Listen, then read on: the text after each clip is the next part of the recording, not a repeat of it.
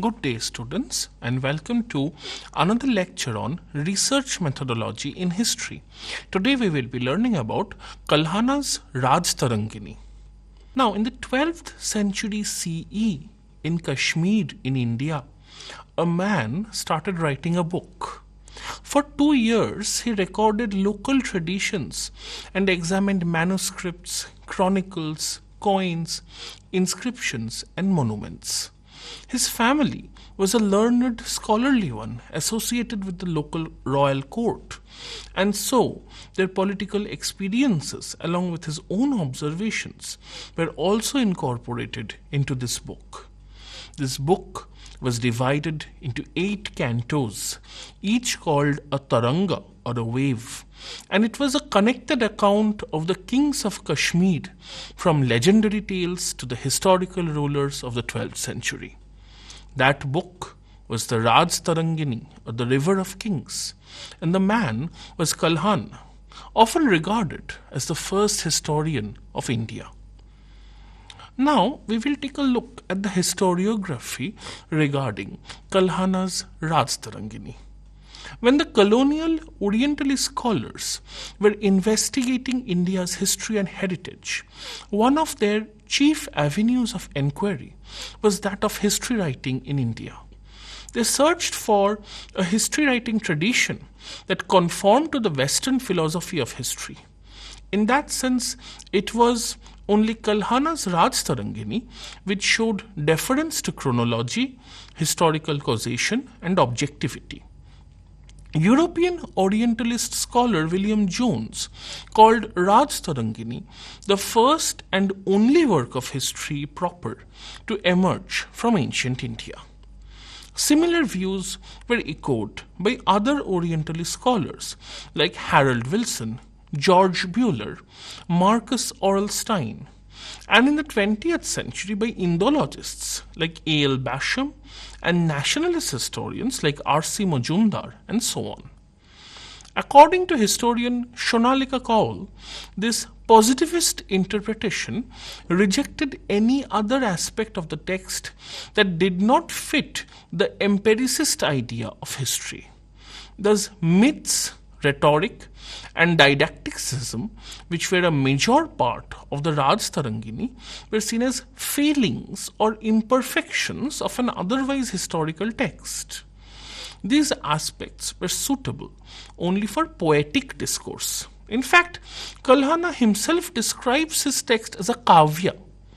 Historian Romila Thapar suggested that the text was kavya in terms of its literary form, but its contents are intended as history.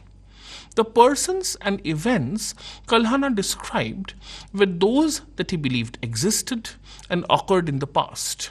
This approach to the past has distinguished Rajtarangini from other contemporary kavyas which were clearly fictional. Romila Thapar further asserted that Rajtarangini differed from the Charita and the Prashasti genre, but it was closer to the Vamsavali genre. Orientalist scholar Stein identified that the rhetoric and didactic parts of the Rajtarangini that were in kavya style were simply unconnected with the narrative proper, which was historical. Buehler, on the other hand, remarked that resort to legends and myths as rendering the chronology of a large part of the text to be valueless. R. C. Majumdar also commented on what he termed the very defective method of combining myths and legends, or having blind faith in the epics and Puranas and belief in witchcraft and magic. And this explaining of events due to fate rather than to any rational cause, adherence to didactic tendency inspired by Hindu views of karma, and mere display of poetical and rhetorical skill. In the last couple of decades, there has been a shift from empiricist understanding of history towards literary qualities and to alternative historical modes that may form text and genres of premodern India. Sanskritist Whitney Cox has argued that the occurrence of Sanskrit verses in the later sections of the Rajtarangini is able to capture the ebb and flow of the world's congenital instability by rendering itself dense and rich enough to capture something of it. This suggests a formal mimesis as the substance of Kalhana's engagement with history. Walter Slage points to the evocation of the Shantarasa or the state of equipoise that Kalhan claims would facilitate the attainment of moksha or liberation by the reader, and this was Kalhana's main endeavor by the narration of the lives of the Kashmir's kings. Thus, Slage sees the historical aspect of the Rajtarangini as subordinate to the aesthetic objectives. Lawrence McCree, on the other hand, focuses on the Shantarasa to suggest that it was Kalhana's pessimistic belief in moral decay as the rule of the cycle of time and history that led him to choose this genre and this literary flavor for his history of Kashmir. A comprehensive reinterpretation of the Rajtarangini by historian Shonaleeka Kaul demonstrates that a clear theoretical enunciation of poetry or kavya as history is to be found in Sanskrit poetics, which needs to be taken on board when considering the range of historical modes that flourished in the premodern world. Further, the practice of this theory may have consisted in developing an ethico-political discursivity that frames the understanding of historical knowledge and defines, in a culturally specific yet potentially universal manner, what true knowledge of time and action may be. Kaul points to Kavya's long-standing and cherished tradition, according to which the poet or the kavi was a seer or rishi who possessed spiritual omniscience and divine sight or divya drishti. With these powers, which arose from his poetic intuition or pratibha, he would gauge the real nature of things and even apprehend the different dimensions of time, that is, things that no one before had seen. This claims to epistemic authority, however conventional, qualified the poet to speak on matters gone by and, as one of Kalhana's successors put it, rendered kavya as a lamp that illuminates past realities. Echoing the self-understanding of the genre, Kalhana writes that the world would be in darkness without the illuminating work of the poet. Particularly, the deeds of kings would be lost forever, were it not for the poet who resurrects, vivifies, and embodies their glory. Kalhana writes, who else is capable of making visible, that is, pratakshatam, bygone times, except the poet-creator, who can make delightful productions or Ramanirmana? These statements assert the epistemic authority of poets. The poet was not just a knower, but also the creator of the past. In the Sanskrit Kavya's tradition, it was the poet who could make the unobservable past perceptible, the quintessentially historical function, and a statement on the past itself was rendered as a construction or production, that is, a nirmana of the past.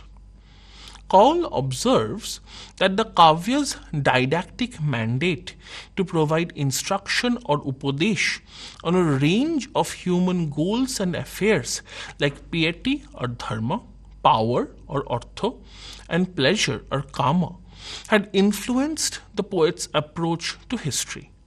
For a text like the Rajtarangini, the area of instruction was specifically political morality or Rajdharma.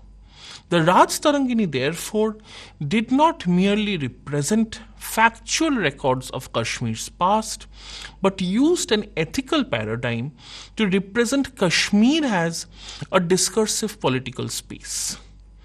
Governance and kingship were evaluated according to certain moral principles such as good conduct, righteousness, generosity or liberality, discriminating intellect that could tell right from wrong, and which encouraged men of merit, character, and learning, and the will to enforce justice or dharma, and the absence of fear among subjects.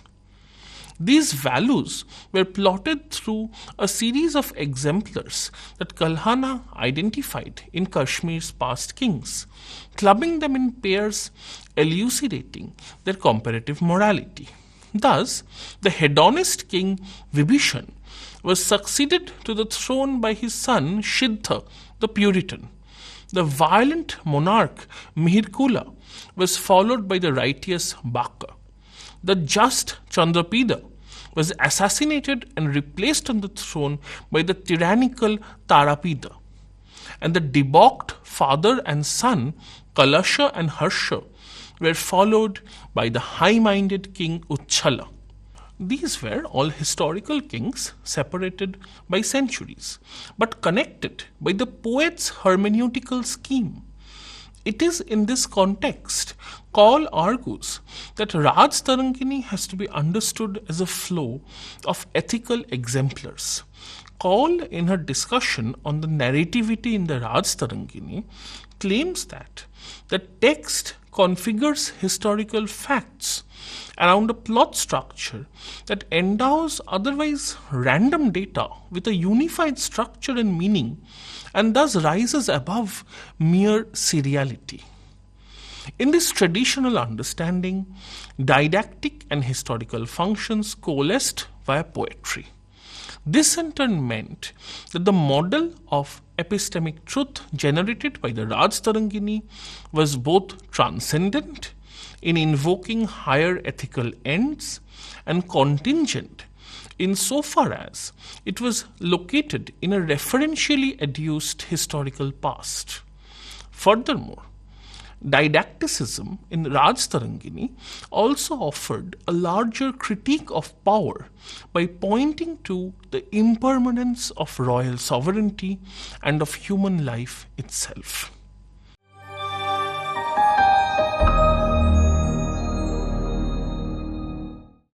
Now, we must look at the sources of the Rajtarangini. According to historian Romila Thapar, Kalhana's deep interest in the past of Kashmir seems to have arisen from his observation of recent politics, combined with what a scholar of that time would have read. Thus, in his work, one can find the influence of different literary traditions, such as Shastra, that is the prescriptive treatises on statecraft and law, Niti, or the political and moral parables, and Itihash, the narratives of the past, also the Vamshavali, or the genealogy tradition, as well as the tradition of Buddhist historiography. Kalhana claims that in order to produce an impartial narrative of events, one has to incorporate information from as many sources as possible. As sources, he had consulted historical biographies written by Bana and Bilhana, 11 works on the Rajkatha, or the narrative of rulers, the Prabandho, or the chronicle of Suvrata, the Nilamat Puran, Khemendra's Nripavali, or the list of kings, the Sthal Puranas and the Vitasta Mahamatyas, as well as rock and copperplate inscriptions.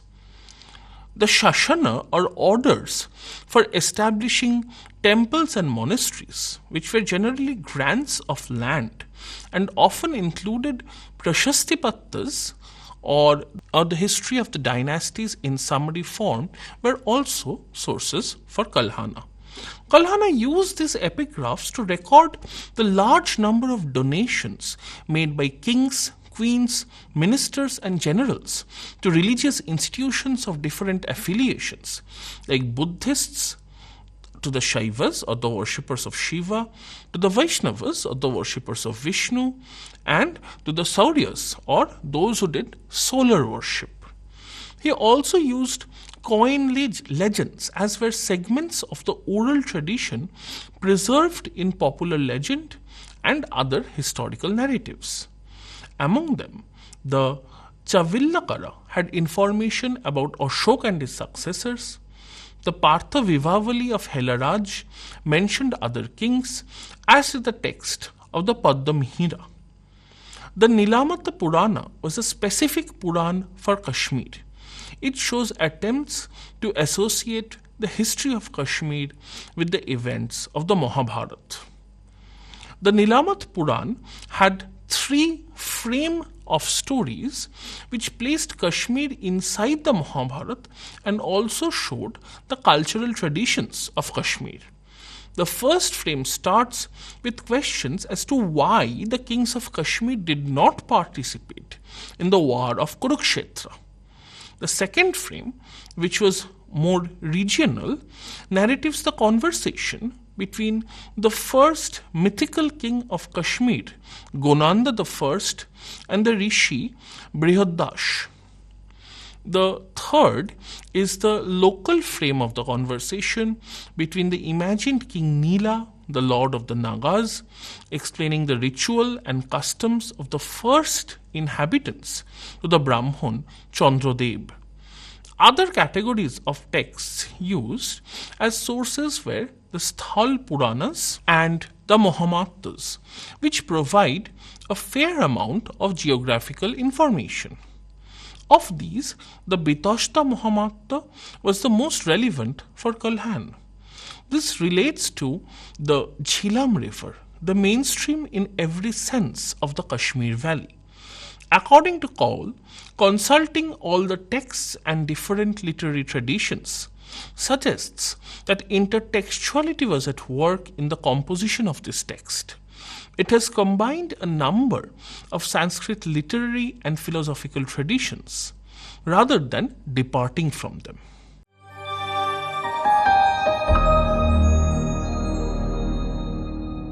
We now come to a discussion on the content of the Rajtarangini.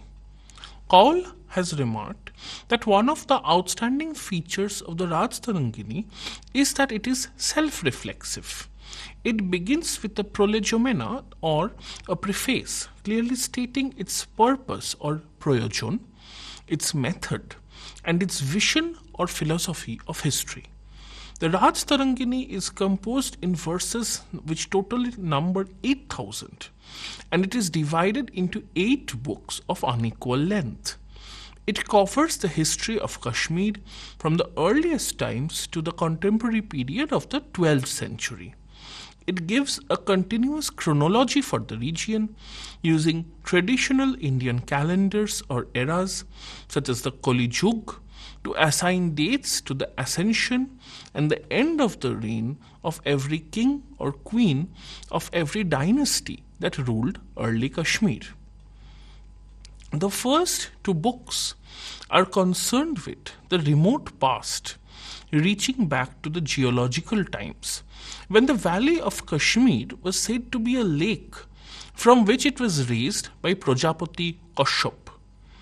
Kalhana claimed that the names of the 52 rulers of early lineages listed in the Puranas was lost.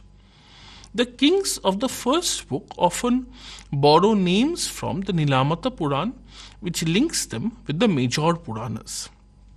The earliest king, Gonanda I, is said to be related to Jarasandha of the Mahabharata. A further list of kings includes Lob and Kush, who were probably Shaiva and opposed Buddhism. In this Shaiva Buddhist confrontation, the latter, that is the Buddhists, lost royal patronage and gradually declined. In earlier times, both these religions received royal patronage. Kalhana paid much attention to the exploits of the Maurya king Ashoka. He is said to have brought Buddhism to Kashmir and founded the city of Srinagar. He was treated as a king of Kashmir.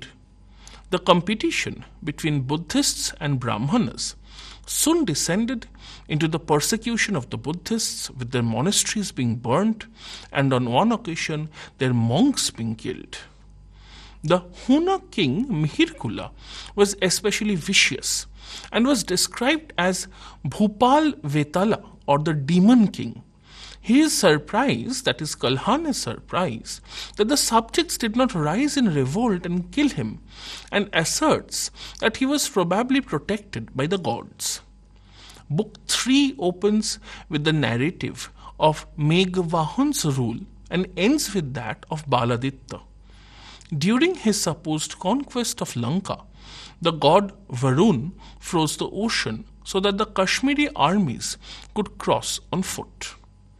Book 4 introduces dynastic history in a more systematic way.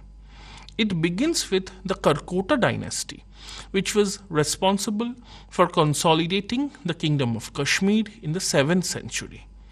Since this was a dynasty of the 7th century CE, Chinese annals also provide incidental references to corroborate this text.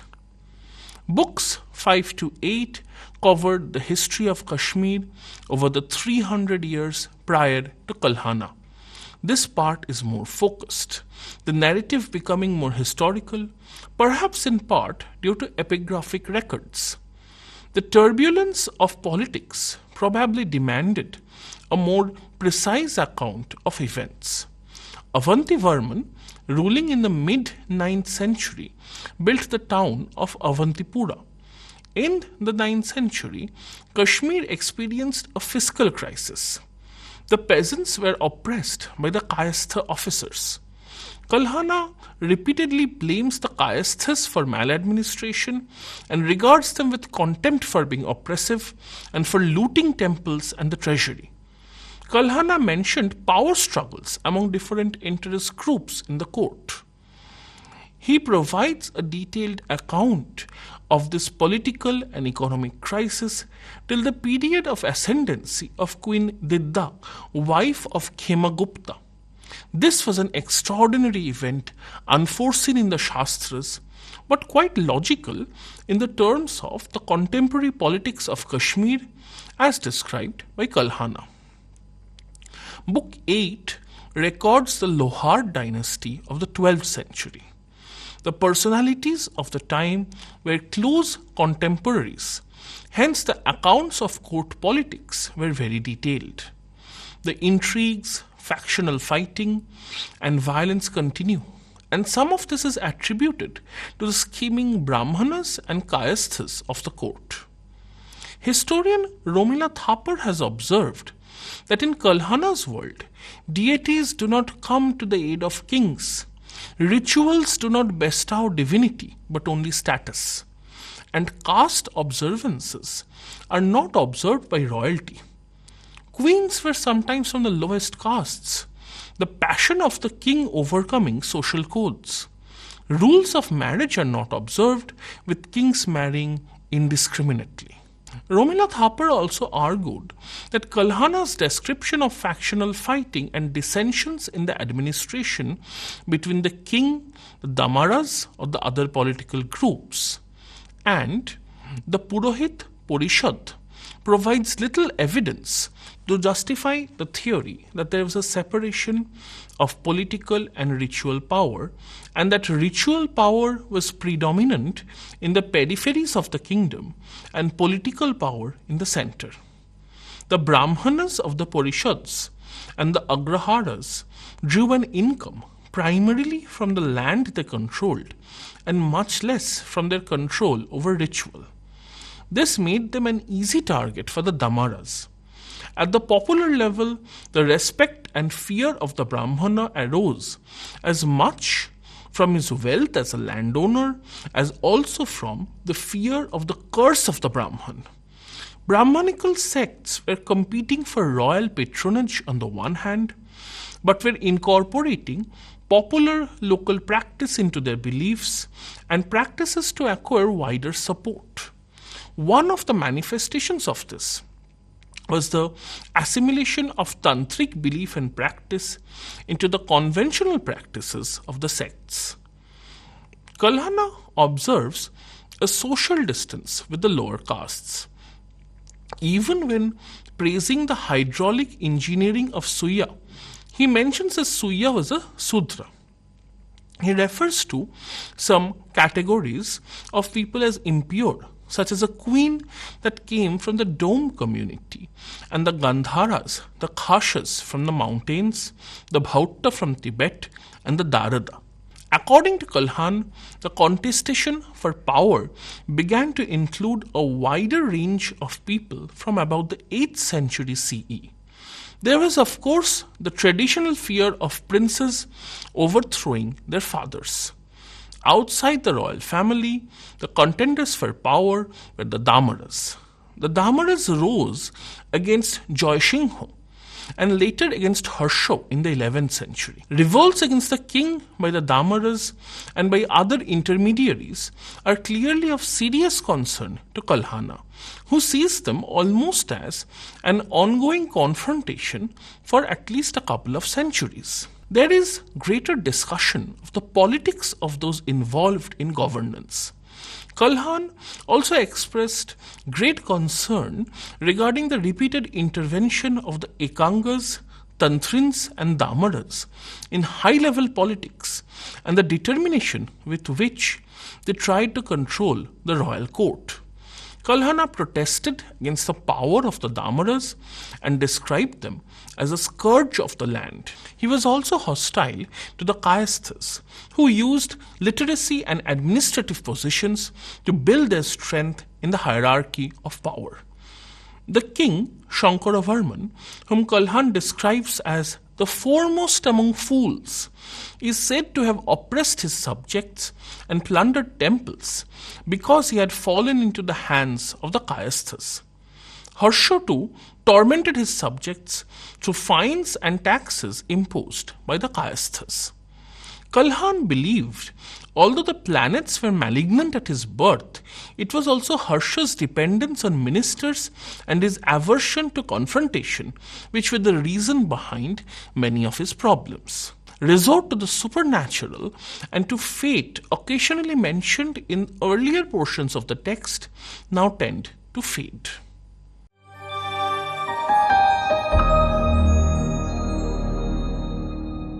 Thus, having examined the content of the Rajtarangini, we come to our conclusion.